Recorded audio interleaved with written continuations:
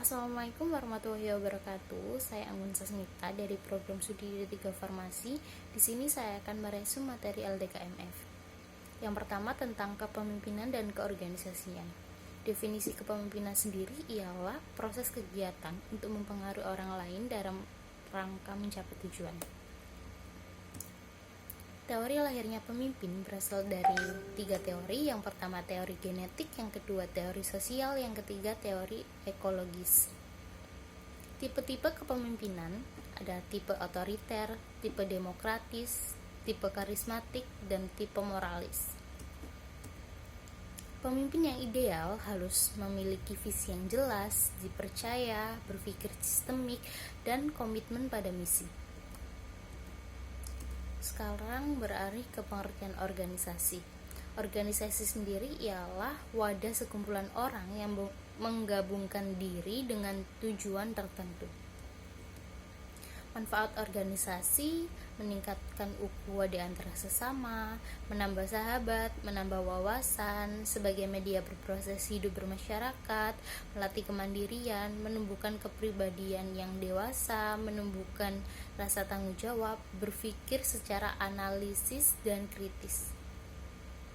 Macam-macam organisasi dibagi menjadi 2, yaitu internal dan eksternal.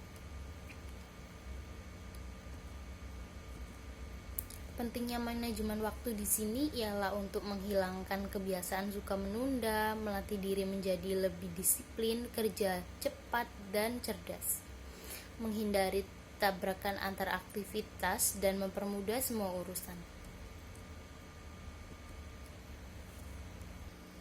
Materi yang kedua ialah ansos. Ansos sendiri adalah analisis sosial yang merupakan usaha untuk menganalisis sesuatu keadaan atau masalah secara objektif. Ruang lingkup ansos dibagi menjadi beberapa.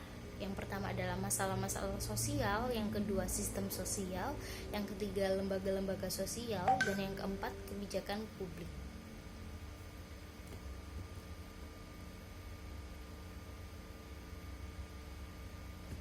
Klarifikasi ansos yang harus diselesaikan antara lain kesadaran majis atau ketuhanan, yang kedua kesadaran naif atau kesalahan diri, yang ketiga kesadaran kritis atau sistem struktur. Langkah-langkah ansos dibagi menjadi beberapa. Yang pertama, memilih dan menentukan objek analisis. Yang kedua, pengumpulan data atau informasi penunjang. Yang ketiga, identifikasi dan analisis masalah. Yang keempat, mengembangkan persepsi. Yang kelima adalah menarik kesimpulan. Metode analisa SWOT adalah sebuah analisa yang dicetuskan oleh Albert Humphrey pada dasawarsa 1960 sampai 1970. Metode analisa SWOT dibagi menjadi beberapa. Yang pertama, strength atau kekuatan, yang kedua weakness atau kelemahan, yang ketiga opportunity atau kesempatan, dan yang terakhir adalah threat atau ancaman. Materi yang ketiga ialah peran dan fungsi mahasiswa.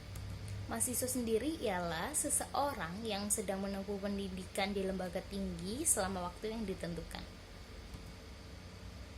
Tujuan pendidikan nasional ialah untuk mengembangkan potensi peserta atau mahasiswa agar menjadi manusia yang beriman, berakhlak mulia, kreatif, mandiri, dan menjadi manusia yang bertanggung jawab. 5 peran dan fungsi mahasiswa.